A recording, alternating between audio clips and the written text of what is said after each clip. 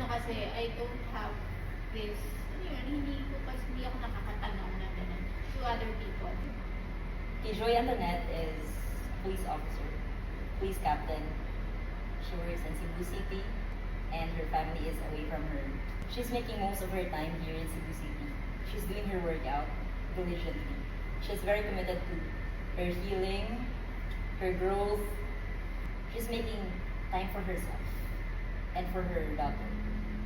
It's impressive na kaya niya i-balance lahat ng responsibilities, including yung self-love.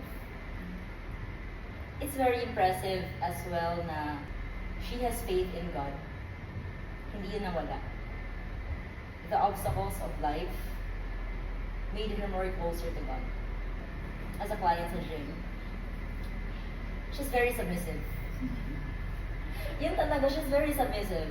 She doesn't complain, but she's honest. Even though I'm not in front of you, still do your workout, you never cheat. You're very committed to yourself, not only to me and to the program.